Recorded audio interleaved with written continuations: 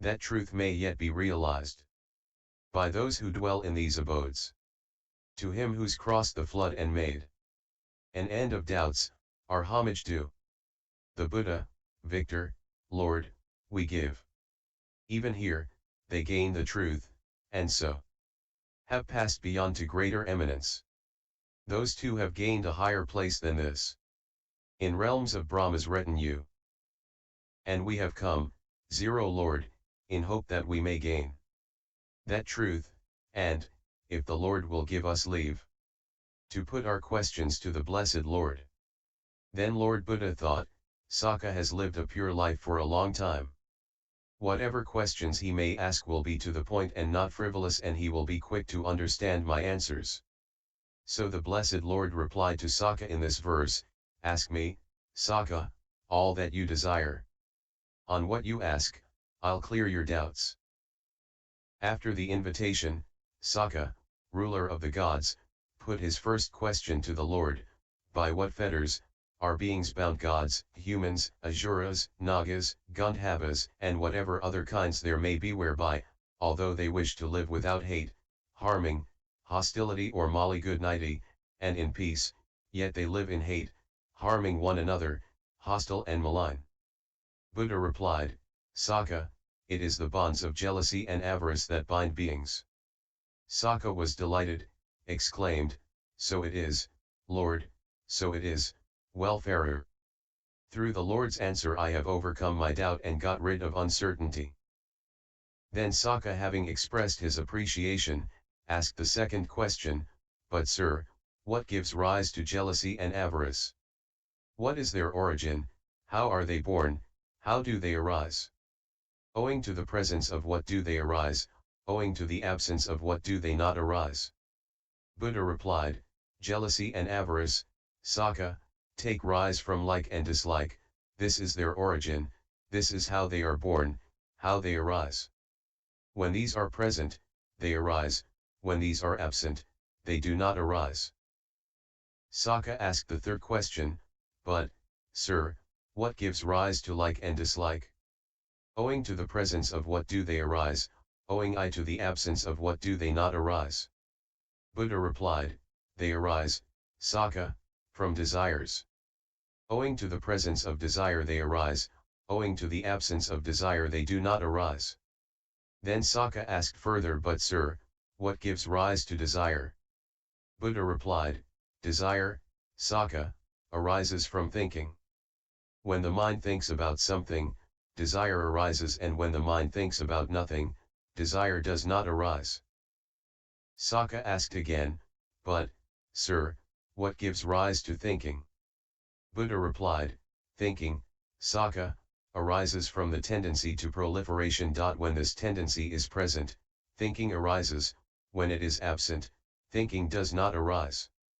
Sakka then asked another question, well, sir, what practice has that monk undertaken to has reached the right way which is needful and leading to the cessation of the tendency to proliferation?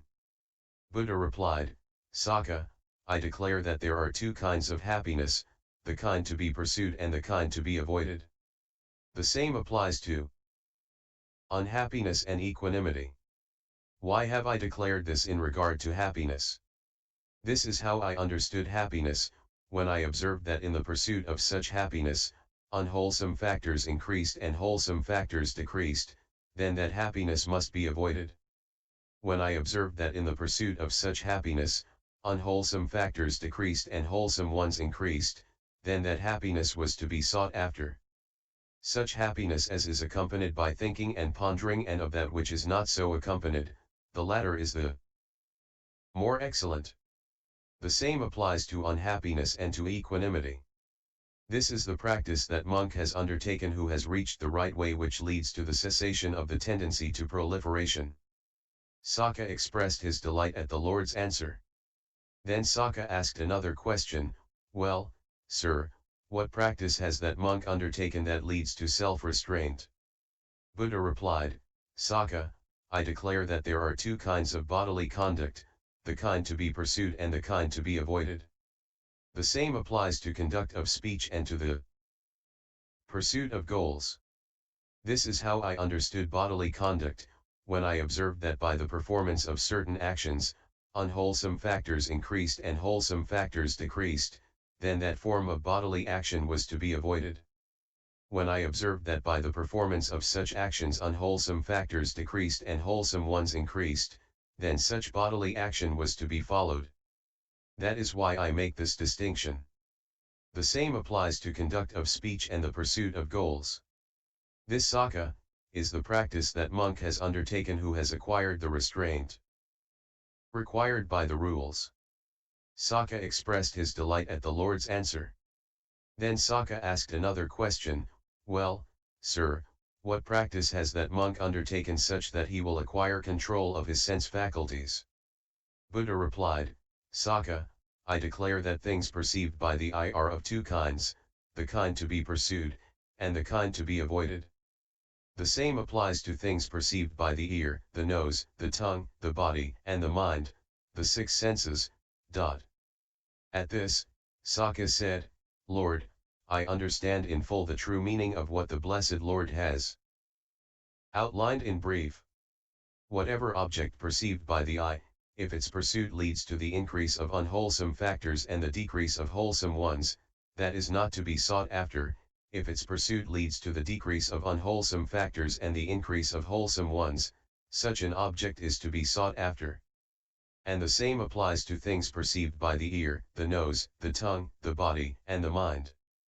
Thus I understand in full the true meaning of what the Blessed Lord has outlined in brief, and thus, through the Lord's answer I have overcome my doubt and got rid of uncertainty. Then Sakka asked another question, do all ascetics and Brahmins teach the same doctrine, practice the same discipline, want the same thing and pursue the same goal? Buddha replied, no, Sakka, they don't.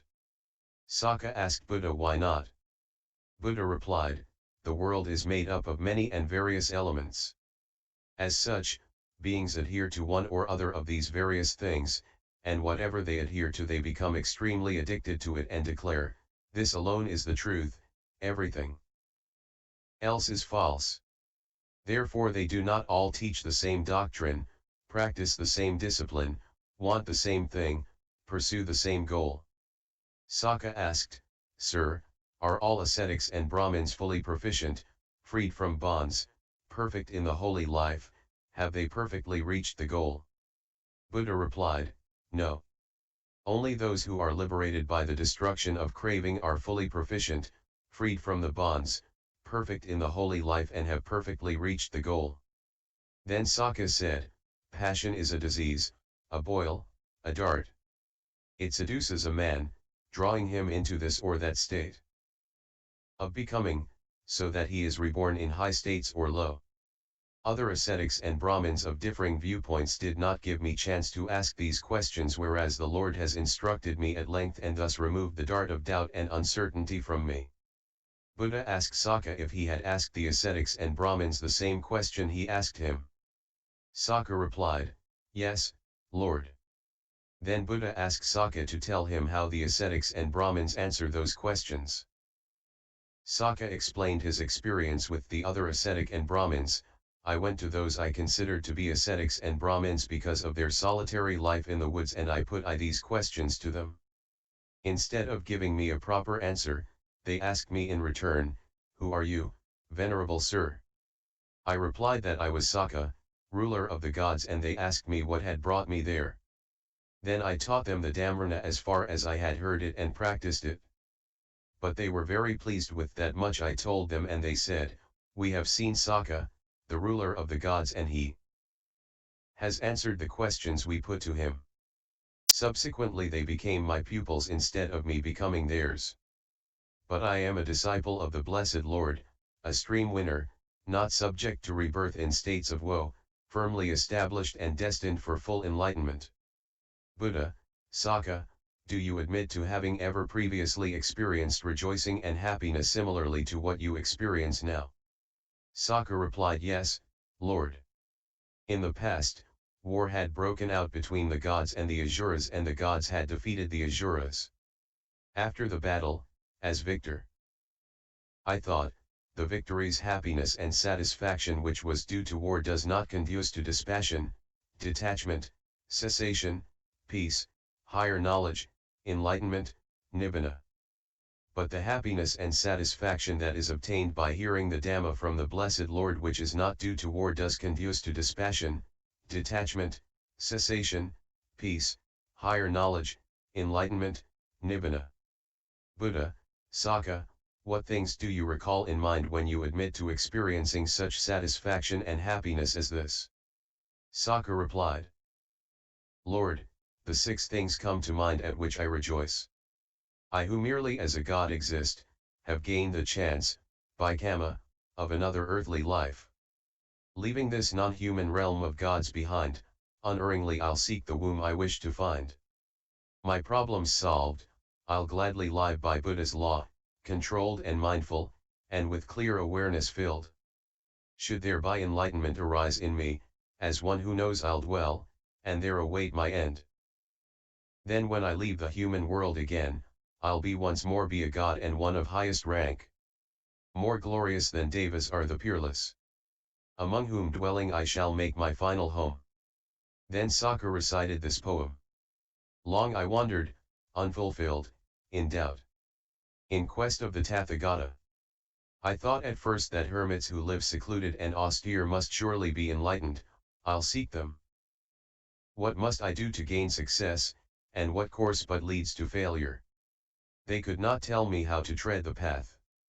Instead, when they found out that I am king of gods, they asked me why I'd come to them.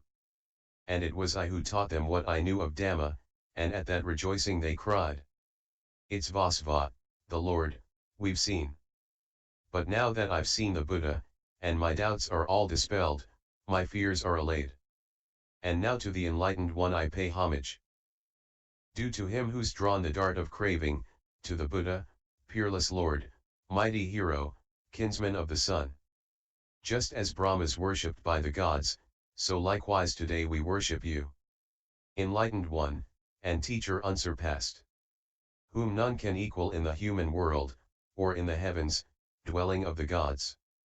Then Sakka, the ruler of the gods, said to Pancasikha of the Gandhabbas, You have been of great help to me for gaining the chance to speak with the Blessed Lord. It was through you that we were admitted to the presence of the Blessed Lord, the Arahant, the supremely enlightened Buddha. I will be a father to you, you shall be king of the Gandhabbas, and I will give you Bhadda Suriya-vaccasa, whom you desired. Then Sakka touched the earth with his hand and called out 3 times, Homage to the Blessed One, the Arahant, the supremely enlightened Buddha. Homage to the Blessed One, the Arahant, the supremely enlightened Buddha. Homage to the Blessed One, the Arahant, the supremely enlightened Buddha. While he was speaking in this dialogue, the pure and spotless Dhamma arose within Sakka, and he knew, whatever things that arises must come to cessation. And the same thing happened to 80,000 devas as well. Such were the questions which Sakka was desirous to ask and which the Lord answered for him. Therefore this discourse is called Sakka's questions. In summary, this sutta talks about how Sakka, the king of gods, finally get to meet the Buddha and ask the questions that he has doubts on. These questions could not be answered by other ascetics or Brahmins which he met. The 10 questions he asked Buddha were: by what fetters are beings bound into mutually self-destructive dysfunctional patterns? What is the cause of jealousy and avarice? What is the cause of like and dislike? What is the cause of desire? What is the cause of thinking? What practice is the right way which is needful and leading to the cessation of the tendency to proliferation? What practice leads to self-restraint? What practice leads to the control of the sense faculties? Do all ascetics and Brahmans teach the same doctrine and practice the same practice? Are all ascetics and Brahmans proficient in the Dhamma? By WHH. Reference